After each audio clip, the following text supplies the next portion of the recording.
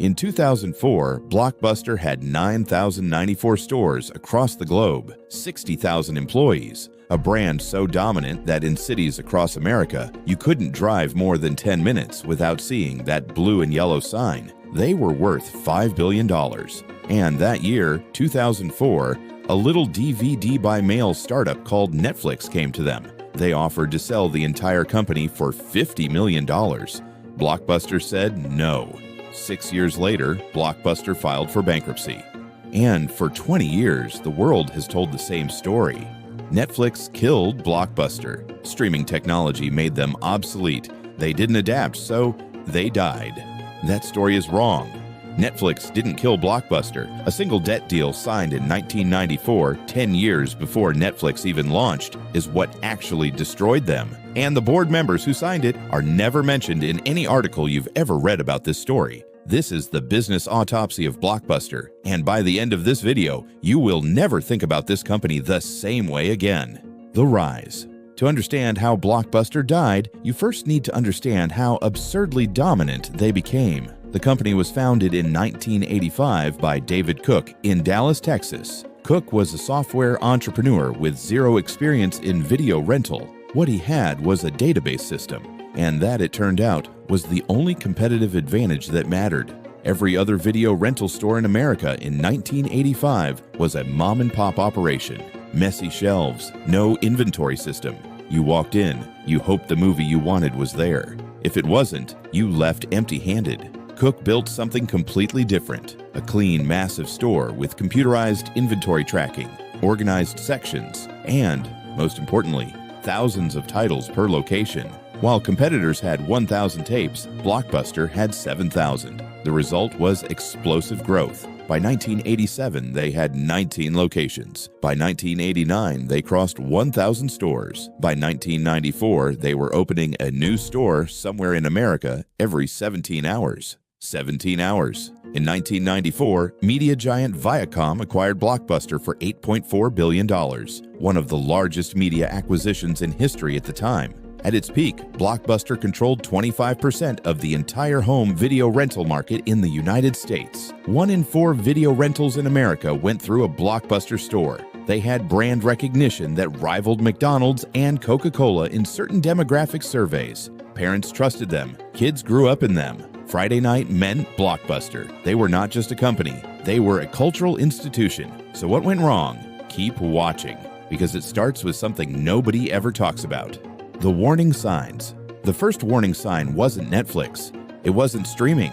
It wasn't even the internet. It was $8.4 billion in debt. When Viacom acquired Blockbuster in 1994, they didn't pay cash. They used a leveraged buyout structure, meaning they loaded the acquisition cost directly onto Blockbuster's balance sheet. Blockbuster, the company being acquired, was now responsible for paying back most of the price of its own purchase. This is called leveraged buyout debt poisoning, and it is one of the most brutal financial mechanisms in corporate history. Think about what that meant in practice. Every dollar of revenue Blockbuster generated from that point forward had to service that debt first, before innovation, before adaptation, before responding to competitive threats. When competitors started experimenting with online rental concepts in the late 1990s, Blockbuster's leadership wasn't blind to the threat. Internal memos from 1998 and 1999, which have since become public, show that executives were actively debating whether to build a DVD by mail service themselves. They decided not to. Not because they couldn't see the future, because they couldn't afford to build it. The debt strangled every strategic option before it could be executed. Warning sign number 2 was late fees. By the year 2000, Blockbuster was generating approximately $800 million per year from late fees. That number represented roughly 16% of their total annual revenue. $800 million a year from customers who forgot to return movies on time. This is important. Write it down if you need to, because that revenue stream became a trap. Blockbuster's financial model became dependent on customer inconvenience. And when Netflix launched with a no late fee subscription model in 1999, they weren't just offering a different product, they were attacking the specific mechanism that was keeping Blockbuster solvent. The company knew this. According to people who were in those board meetings, the late fee issue was raised repeatedly as a competitive vulnerability. Every time the discussion came back to the same place. If they eliminated late fees, they would lose hundreds of millions of dollars per year with no guarantee that subscription revenue would replace it fast enough. So they kept the fees, and customers kept remembering exactly why they hated Blockbuster every single time they were charged. Warning sign number 3, they had the answer in their hands and let it go.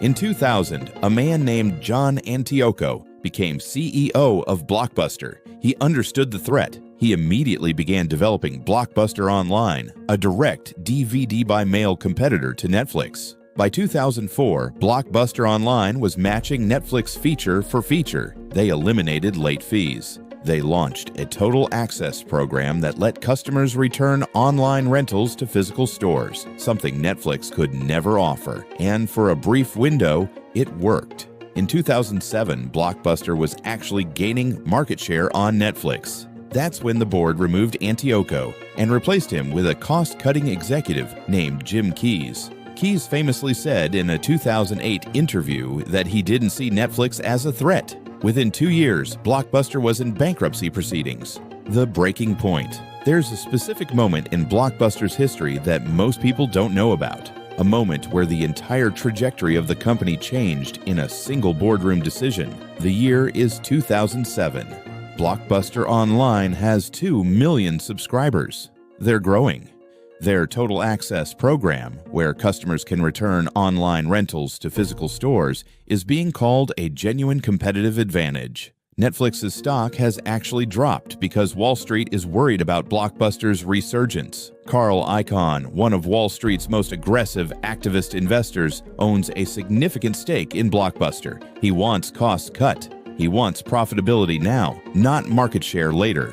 Icahn engineers the removal of CEO John Antioco, the architect of Blockbuster's digital pivot. The incoming CEO, Jim Keyes, immediately reverses course. He begins scaling back Blockbuster Online. He cuts the marketing budget for digital products. He refocuses the company on the physical store model. His reasoning was, on the surface, logical. Physical stores were still profitable.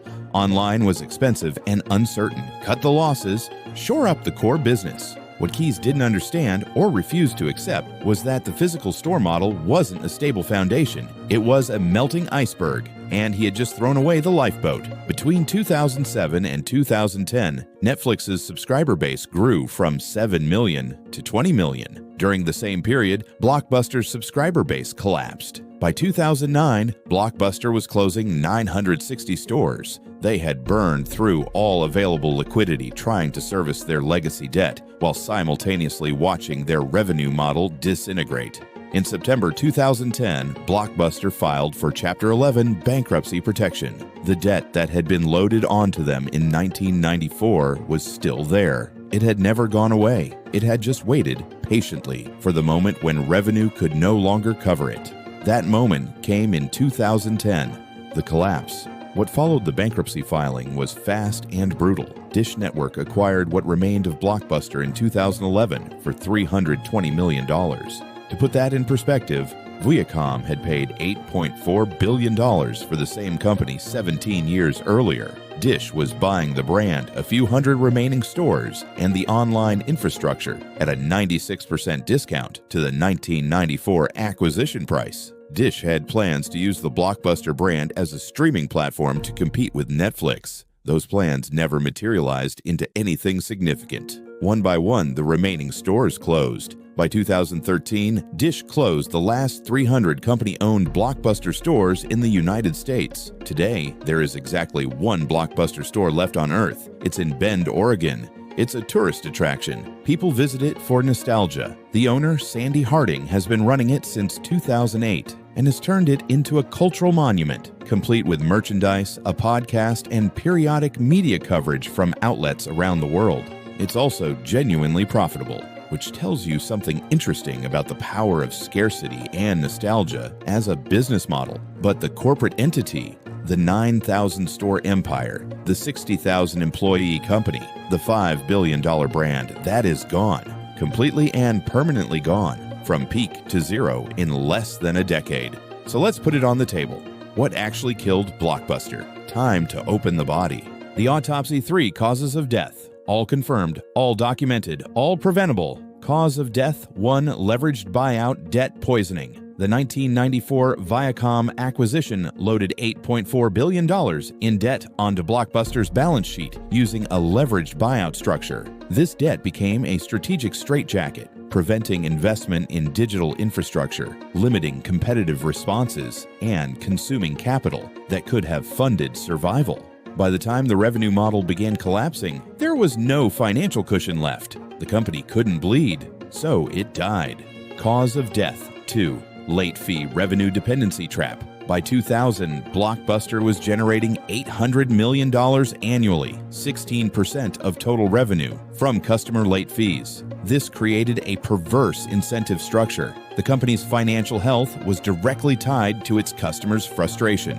When Netflix launched with no late fees, Blockbuster's board could not eliminate their own fees without destroying their income statement. They chose financial stability over competitive survival. It was a rational short-term decision. It was a fatal long-term one. Cause of death: 3. Leadership reversal at peak pivot moment. In 2007, the exact moment Blockbuster was gaining ground on Netflix, activist investor Carl Icahn forced the removal of CEO John Antioco and installed Jim Keyes. Keyes immediately reversed the digital strategy, cut the online division's budget, and refocused on physical stores. This is textbook strategic arrogance combined with innovator's dilemma, an incumbent company abandoning the future to protect a present that was already disappearing. The pivot that could have saved Blockbuster was canceled by the people who owned it. The lesson. Here's what this autopsy teaches us that no business school case study will ever tell you. The most dangerous threat to any company is rarely the competitor you can see.